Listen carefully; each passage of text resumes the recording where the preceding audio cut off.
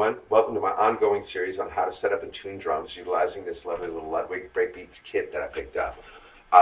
We're in part 2 of tom tuning. Now we're looking at our floor toms first, and we'll put a nice little G1 on the bottom head on this thing. If you haven't watched the video, watch it because it's got some great fundamental techniques of how to get it to where you want nice and quickly and ready to go. Part 2, we're taking a look at the 2-ply head, which is a coated Evans G2. And we're going to start with some of the fundamental techniques. Now, obviously, I've already put the head on and gotten everything to what I call finger tight. Now, if you remember from the first video, you want to work in opposing radial patterns. We want to use stereo tuning methods to make sure that the head goes up and down nice and evenly. Now, I'm going to check it before we go up, but one of the hardest parts about 2-ply heads is sometimes they have their own unique little wrinkle system going on. So it might be evenly finger tight, but it doesn't sound tight, and that's why I go around the first time and then double check things. So let's give this a shot. Take our Evans keys, give them a little spin. Spin. Another round. I'm going in full half turns. That's basically 180 degrees. Bam! Like that, see? Bam! And you want it nice and smooth and even, and watch your hands to make sure you're making good even tunes, or turns.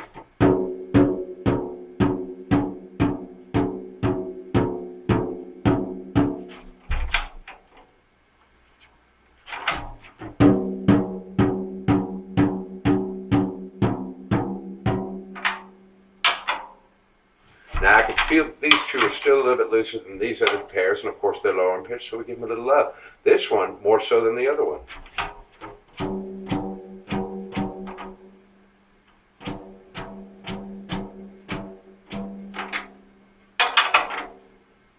Now, one of the good things about what just happened here is that you found that we had a nice balance setup from the balance that we gave at the beginning by using stereo tuning with our fingers, following with stereo tuning with keys, and then you discovered that these two were lower, but you could feel this one was a little bit lower than this one. So as I tweaked it up individually, this one popped into pitch with these other two, showing that it was just this slug. So again, one of the major benefits of stereo tuning is isolating which leg you want to tune with one key versus two. All right, we're going to give this another tweak around. Bam.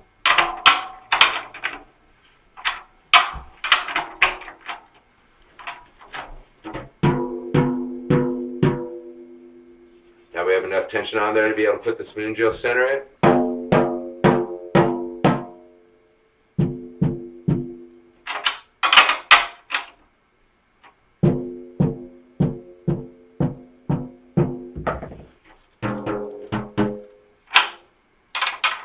And beautifully, and thankfully enough, one of my other tuning tips that comes along is called the lug below, where you're tweaking on this one a whole lot, and it feels loose and everything, but also it feels right, yet it still ain't coming up in pitch. Guess what? Lug right below. Get a little love tug on that one, just a little turn, and it's done. Now we're getting this up to a pretty good tight. Again, if you watched the first video on my tom tuning series, you realize I like to tweak them up to tabletop tight, not only let them stretch, so when I tune them back down, they're ready to go, but also so I can seat this head properly.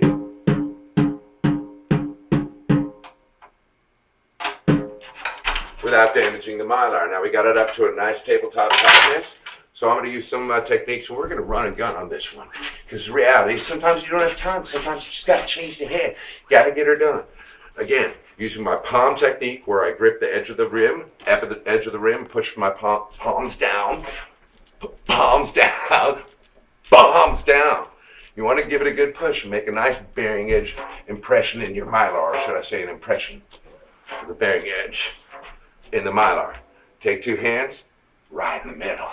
In the middle. Put some weight on it. It can handle it. If it can handle your stick, it can handle this. All right.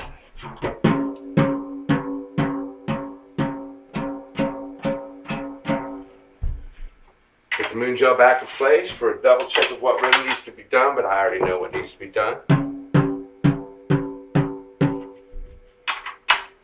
These two, look, they move nicely in stereo. All right, man. So now this head's stretched, balanced, and ready. Let's tweak it back down and see if we can make this tom sound good really quickly.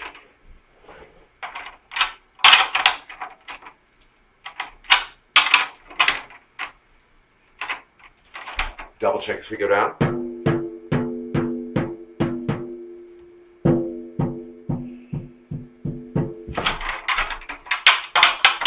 ones that are too low up before we go back down.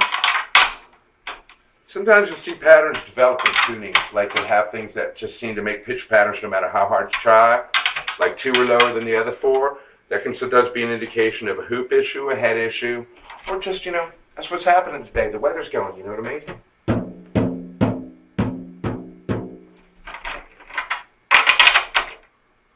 Let's go ahead and check our pitch differential, see if this is close to where we wanted it.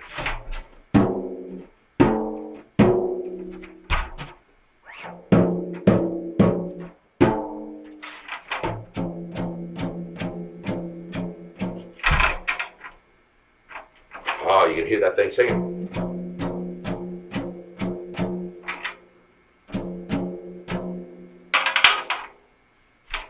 Now,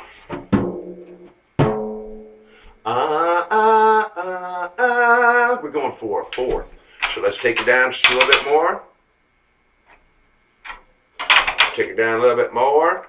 Now I try to tune this little 13 as low as it can go. So this is a new experience with me with the coated head and the 2-ply head sitting right there. I'm going to double check the flat.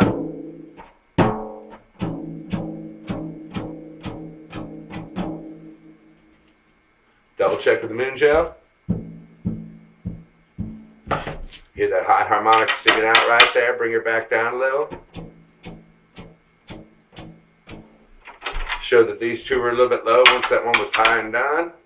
The best part is I'm pretty sure we'll be pretty close to our number here. Let's check it out.